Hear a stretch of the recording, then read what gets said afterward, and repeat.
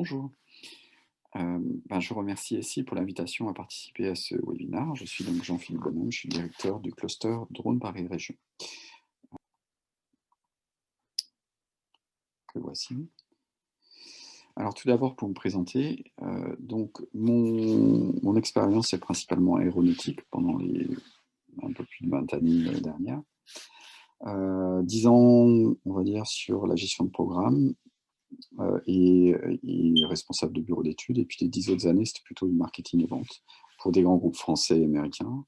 Les sujets, c'était du militaire, du civil, et tous les programmes qui ont lieu depuis les 20 dernières années, c'était des viseurs visuels de casque, la 330, 340, le programme Rafale ou autre. Donc passionné d'aéronautique. Du reste, j'ai passé mon brevet de pilote privé aux États-Unis, à Seattle, où j'avais fait un master en aéronautique. Le domaine des drones m'intéresse tout particulièrement parce qu'à la différence de celui de l'aéronautique, dont les cas d'usage sont bien connus, hein, c'est du transport de fret ou de passagers. Là, pour les drones, pour le coup, c'est complètement différent. On va travailler sur de la surveillance de sites, la surveillance de parcelles agricoles et autres. Donc, vous voyez qu'il y a énormément de travail à faire et la façon de travailler, c'est de réunir des grands groupes, des startups, des institutionnels, et autres laboratoires d'essais sur du travail purement collaboratif. C'est ça qui fait l'intérêt de ce domaine-là. Donc, le sommaire de ma présentation est le suivant. Tout d'abord, un panorama, une description de l'écosystème français, description de Drone Paris Région. Le cœur du débat aujourd'hui, c'est les évolutions réglementaires. On va voir quels sont les enjeux, comment ça peut se traduire pour les Jeux Olympiques et comment nous, au niveau du cluster, avec tous les partenaires, on compte se positionner. Pardon. En ce qui concerne l'écosystème français, on a la chance que la DGAC, la Direction générale de l'aviation civile, euh, ait été pionnier en matière de réglementation des drones en 2012. Ça a été la première à créer cette réglementation. En parallèle de ça, elle a aussi créé le Conseil pour les drones civils, qui est une entité privée qui rassemble tous les acteurs français de ce nouvel écosystème, que ce soit des grands comptes, des startups, des constructeurs, des pôles de compétitivité. Le but, et on le voit en haut à droite, c'est de rassembler et d'échanger autour de thématiques bien particulières. À l'heure actuelle, dans sa version 2, il y a 3 thématiques. La première concerne la transition vers la réglementation. La seconde, c'est les nouvelles technologies qui vont émerger. Et la troisième tourne autour de la communication et par une politique de terrain. Donc concernant ce sujet-là, le troisième, eh bien, le relais vient du comité drone Interpol Cluster qui a été constitué en 2019. Il regroupe les principaux pôles de compétitivité aéronautique français comme Aerospace Valley, Aztec en région parisienne, Safe Cluster en région PACA et Normandie Aerospace. Le cluster donc a rejoint cette démarche. Le but, c'est d'assurer un relais entre les régions et le Conseil pour les drones civils, un relais auprès des PME et des ETI pour faire remonter leurs besoins et les informer des évolutions de ce Conseil pour les drones civils. En ce qui concerne Drone Paris Région, on est situé à Brétigny-sur-Orge, sur le site de l'ancienne base aérienne 217 que vous voyez ici à l'image. Elle a été fermée il y a quelques années et l'État et les collectivités locales ont décidé de l'utiliser pour faire du développement économique. En termes, disons, d'utilisation, les drones sont une des premières filières qui a été ciblée avec l'aide de la Fédération professionnelle des drones civils et de Polastec. Ça s'est traduit par la création d'une association Loi 1901, dont la mission principale est d'aider à la structuration et au développement de la filière en Île-de-France. En 2020, on compte 50 membres actifs, mais le réseau compte un peu plus de 150 membres, que ce soit à l'échelle nationale ou européenne. Les financeurs, et on les remercie, tout d'abord l'État, via la préfecture de l'Essonne ou la préfecture d'Île-de-France, Cœur d'Essonne Agglomération, la communauté de communes de Val d'Essonne, le conseil départemental 91 et enfin la région Île-de-France. Alors pour remplir notre mission, en fait, on a 3 piliers. Le premier, on a la chance d'avoir des espaces de vol et qui nous ont été alloués par la DGAC. On a 300 hectares qui sont beaucoup utilisés, on va le voir. Tous les systèmes nouveaux sont testés, que ce soit l'antidrone, la sécurité, les vols autonomes. 2019, on avait logué à peu près 2500 heures d'utilisation. 2020, un peu moins, dû au Covid. Et en 2021, on a un backlog qui est assez important, plus de 2400 heures de vol, et je crois que ça va être beaucoup plus important que ça. Donc vous voyez, c'est notre produit d'appel et à l'échelle nationale, je pense que, et j'en ai la certitude, on est l'un des sites les plus utilisés, en France. Le deuxième volet, pour remplir notre mission, aider à la structuration, de la filière, eh bien, on a un double objectif, de favoriser l'éclosion de projets, et de travailler avec l'écosystème autour de groupes de travail. Alors ces projets, jusqu'à présent, l'idée c'est qu'ils peuvent être pilotés par le cluster ou alors nous favorisions l'éclosion de consortiums. On a eu la chance, bien qu'étant une petite structure, dès 2018 de faire partie du consortium Podium, dont le leader est Eurocontrol. On a adressé, dès le début, la thématique de la gestion des espaces de vol numérisés. C'est un projet très innovant. En 2020, on a gagné un autre projet européen au sein d'un consortium dont le leader est Normandie Aerospace. Et on travaille avec le belge Skywin et l'espagnol Aerospace en Andalousie. Le but, c'est d'emmener à l'export les sociétés drones qui interviennent dans le secteur de l'inspection et de la sécurité. Pour ça, on va se faire aider par Business France. On parlera plus tard des projets JO. Le deuxième volet de travail collaboratif, c'est d'aider à l'éclosion de thématiques plutôt verticales qui sont d'intérêt pour l'écosystème des drones. En 2020, on a fortement travaillé avec ces thématiques, qui est le pôle Deep Tech d'Île-de-France, mais aussi qui a un rayonnement européen. 3 thématiques ont déjà été abordées. La cyber, il n'existait rien sur les drones, on était en train de structurer tout ça. L'agriculture de précision, à savoir qu'il y a énormément, disons, de sujets sur la table, dont certains sont extrêmement compétitifs. On voit déjà des Américains essayer de prendre des parts de marché sur l'Île-de-France, donc il est urgent de faire quelque chose. La troisième thématique, c'est, de façon plus globale, les réseaux énergétiques, qui est en cours de discussion. Ça, c'est des sujets qu'on traite à l'heure actuelle. Il y en a beaucoup d'autres en stock et qu'on va aborder dans les années qui viennent. Le troisième volet, pour remplir notre mission, et notamment celle de développement économique, eh bien, on dispose à l'heure actuelle d'une ressource immobilière. On a un bâtiment, le Reseda, qui est actuellement occupé par des startups. On en a 7, on est très content de ça. Elles sont en train de fortement se développer. Mais surtout, grâce à Cœur d'Essonne Agglomération, à l'État et à la région Île-de-France, on va avoir livraison en mai 2021, donc d'ici peu de temps, d'un bâtiment qui va nous permettre, disons, de travailler et d'animer l'écosystème francilien. C'est un espace hybride qui comportera un espace pour faire du vol indoor, pour, disons, organiser des conférences et puis, bien entendu, accueillir des sociétés. Je pense qu'actuellement, il pourrait être plein à 60% dès l'ouverture. Je pense qu'il y aura beaucoup plus de monde qui viendra. Alors, concernant le cœur de ce webinaire, la réglementation.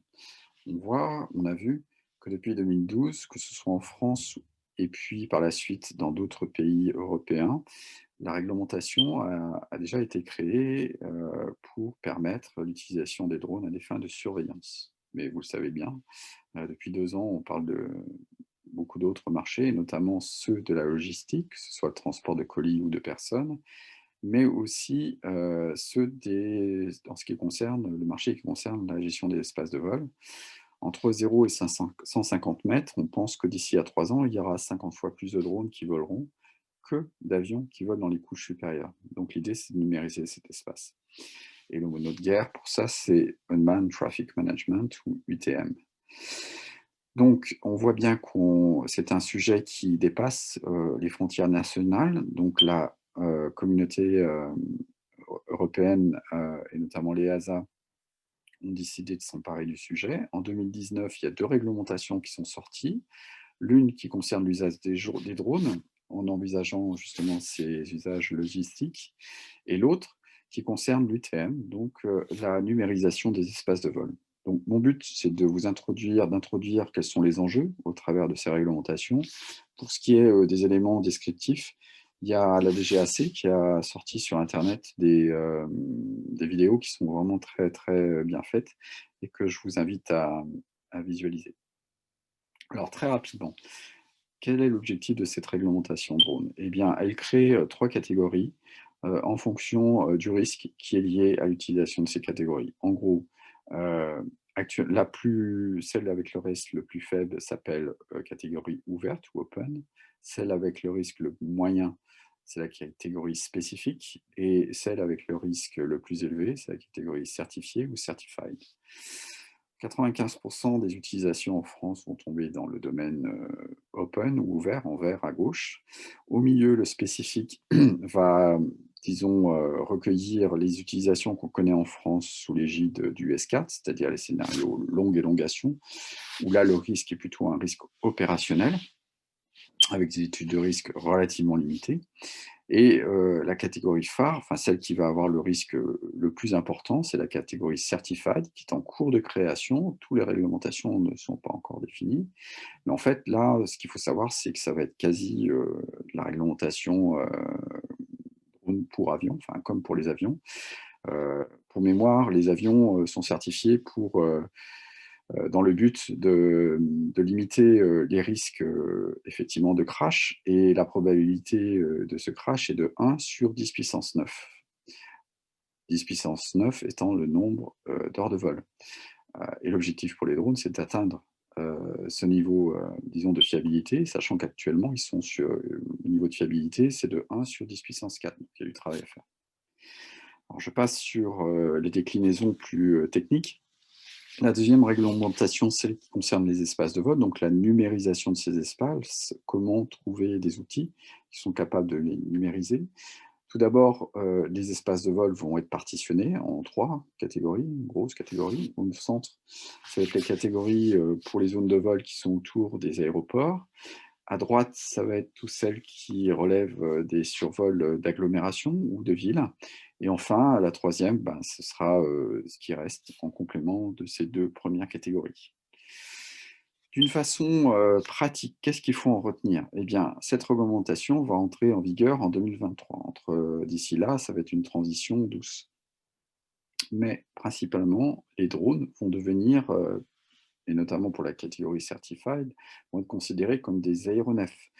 C'est-à-dire qu'on va vraiment analyser de près le risque qu'ils posent en termes de collision air-air ou collision ou crash air-sol. Les impacts pour les constructeurs, eh bien, dès le départ, il va falloir qu'ils sachent à quelle catégorie ils vont appartenir, soit le PUN, soit le Specified, soit le Certified. Et qu'est-ce que ça veut dire pour ceux de ces constructeurs qui vont, disons, avoir des applications dans le domaine Certified, c'est-à-dire globalement l'urbain est très risqué? Eh bien, il va falloir qu'ils démontrent que leurs machines sont fiables. Et pour ça, c'est de la ressource humaine, c'est du process. Il faut démontrer qu'au niveau de la conception, de la fabrication et de la maintenance, les drones vont pouvoir atteindre ces niveaux de performance. Alors, quel est l'impact principalement sur les Jeux olympiques? Alors, 2023-2024, les dates sont proches, c'est une évidence. Ça veut dire que d'une façon certaine, et notamment pour la catégorie certified, c'est-à-dire le vol urbain, eh bien, on ne sera pas dans le 5e élément, ce sera pour plus tard. Par contre, ce qui est sûr, c'est que d'ici là, il y a un certain nombre de, disons, de choses qui sont potentiellement nécessaires de faire, notamment au niveau français. Ce qui paraît évident, c'est de se positionner sur la catégorie certified de façon à mettre, comment dire, l'écosystème en ordre de marche pour avoir, au-delà de 2024 et donc des Jeux olympiques, un héritage qui permette de constituer une filière industrielle compétitive à l'échelon européen, voire même mondial. Et ça, c'est possible de le faire en ciblant d'ores et déjà des usages clés qui répondent à des besoins clés ou critiques d'ici à l'horizon 2024. Donc c'est le parti pris qu'on a pris au niveau du cluster, mais on va un peu plus loin. C'est-à-dire qu'on sait très bien que pour développer ces cas d'usage, eh bien, il va falloir les tester. Donc, notre objectif, c'est, on travaille déjà depuis 12 mois avec Thales, Safran, Nera, la DGAC à créer un centre d'essai de niveau international à Brétigny, L'idée, c'est de tester dans ce centre d'essai, de développer des expertises qui vont pouvoir, s'assurer que les drones qui vont voler, au-dessus des villes, bah, seront fiables, ni plus ni moins.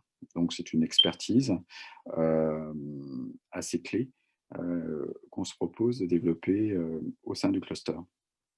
Par ailleurs, d'ici à 2024, on estime qu'il est possible aussi, de commencer à traiter, de cas d'usage, clés ou emblématiques, et qui seront, autant d'héritages, au-delà de 2024, qu'on aura pu, créer, sous la forme de filières industrielles. Donc les premiers cas d'usage qu'on envisage sont ceux qui tournent autour de cas de la santé, transport de médicaments, d'échantillons ou autres, à l'échelle de l'Île-de-France. Deuxième cas d'usage, ceux qui tournent autour de la vidéo, notamment pour les JO, où l'objectif, si l'on en croit les informations qu'on a, sont de proposer aux spectateurs une expérience plus immersive, notamment pour les épreuves dont ils peuvent être distants, comme le VTT, le surf ou autre. C'est possible via les drones et la réalité augmentée ou virtuelle.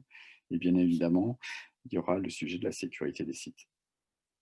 Alors, qu'est-ce qu'on propose, notamment pour ce centre d'essai?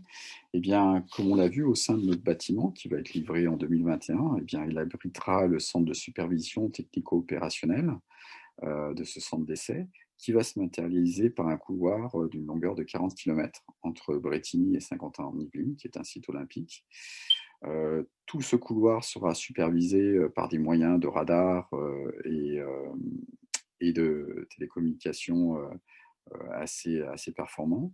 Et tous les drones qui voleront dans ce couloir sont équipés aussi de moyens qui nous permettront à tout moment de s'assurer qu'il n'y a aucun risque au niveau des vols. Voilà. Donc, je vous remercie de votre attention et je suis prêt à répondre à toutes les questions que vous serez à même de me poser après les différentes présentations qui vont avoir lieu. Merci beaucoup.